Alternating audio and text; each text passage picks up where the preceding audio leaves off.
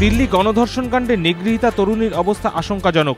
বুধবার রাতেই তরুণীকে তড়িঘড়ি সফদরজং হাসপাতাল থেকে চিকিৎসার জন্য সিঙ্গাপুর নিয়ে যাওয়ার সিদ্ধান্ত নেওয়া হয়। দ্রুতই তার ও তার পরিবারের সদস্যদের ভিসা ও পাসপোর্টের ব্যবস্থা করা হয়। এয়ার অ্যাম্বুলেন্সে করে তাকে নিয়ে যাওয়া হয় সিঙ্গাপুর। সেখানকার মাউন্ট এলিজাবেথ হাসপাতালে তার চিকিৎসা হচ্ছে। সঙ্গে ভারত থেকে 2 জন চিকিৎসকও গিয়েছেন। সফদরজং হাসপাতালের সুপার বিডি আথানি জানিয়েছেন, নিগৃহীতার অবস্থা আশঙ্কাজনক, তবে মনের জোরকে হাতিয়ার করেই বেঁচে থাকার লড়াই চালিয়ে যাচ্ছেন তিনি। জোকা থেকে বিবাদীবাগ মেট্রো রেল প্রকল্প 2010 সালের 22 সেপ্টেম্বর এই প্রকল্পের উদ্বোধন করেন তৎকালীন রাষ্ট্রপতি প্রতিভা পাটিল। ছিলেন তৎকালীন রেলমন্ত্রী মমতা বন্দ্যোপাধ্যায়ও। কিন্তু কার্যত শুরু থেকেই এই প্রকল্প ঘিরে জটিলতা।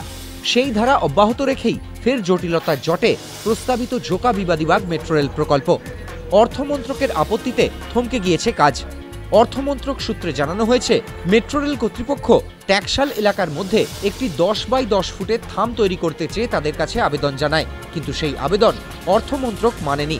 তাদের যুক্তি, সেক্ষেত্রে ট্যাক্সালের নিরাপত্তা বিঘ্নিত হবে। জোকা থেকে তারাতলা প্রায় 10 কিলোমিটার পর্যন্ত প্রস্তাবিত প্রকল্পের কাজ অনেকটাই এগিয়েছে। কিন্তু অর্থমন্ত্রকের আপত্তির জেরে তৈরি হয়েছে জটিলতা। থমকে গেছে কাজ। তারাতলার পর আর কাজ এগোচ্ছে না। দীর্ঘদিন ধরেই মহার্ঘ ভাতা বকেয়া পড়ে রাজ্য সরকারি কর্মীদের প্রায় 29% বকেয়া পড়ে রয়েছে। বকেয়া মহার্ঘ ভাতা মেটানোর দাবিতে একাধিক কর্মচারী সংগঠন আন্দোলন চালাচ্ছে। অবশেষে নতুন বছরের আগে ক্ষুব্ধ কর্মীদের মন জয়ের চেষ্টা করলেন মুখ্যমন্ত্রী মমতা বন্দ্যোপাধ্যায়। জানুয়ারির শেষেই বকেয়া 7% মহার্ঘ ভাতা পাবেন সরকারি কর্মীরা। বুধবার উত্তরবঙ্গ সফরে গিয়ে বাগডোগরা বিমানবন্দরে এই ঘোষণা করেন মুখ্যমন্ত্রী মমতা বন্দ্যোপাধ্যায়। যিনি রাধেন তিনি চুলও বাঁধেন, সেই তত্ত্বই ফের একবার প্রমাণিত হলো। যার আঙুলের ছোঁয়ায় নিমেষে সমাধান হয় পদার্থবিদ্যার জটিল সমস্যার, তার আঙুলের ছোঁয়াতেই সহজবোধ্য ভাষায় উঠে এলো বিজ্ঞানের নানা অজানা কাহিনী। তিনি বিকাশ সিংহ।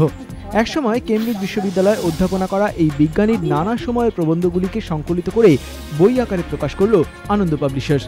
বুধবার সন্ধ্যায় দক্ষিণ কলকাতার একটি বই বিপণিতে বিকাশ সিংহের লেখা সৃষ্টি ও কৃষ্টি বন্ধনহীন গ্রন্থি প্রকাশ করলেন অভিনেতা সৌমিত্র চট্টোপাধ্যায়। বই প্রকাশ অনুষ্ঠানে উপস্থিত ছিলেন বিশ্বভারতীর উপাচার্য রজত দত্তগুপ্ত, প্রাক্তন ফুটবলার চুনি গোস্বামী, সাহিত্যিক তিলোত্তমা মজুমদার।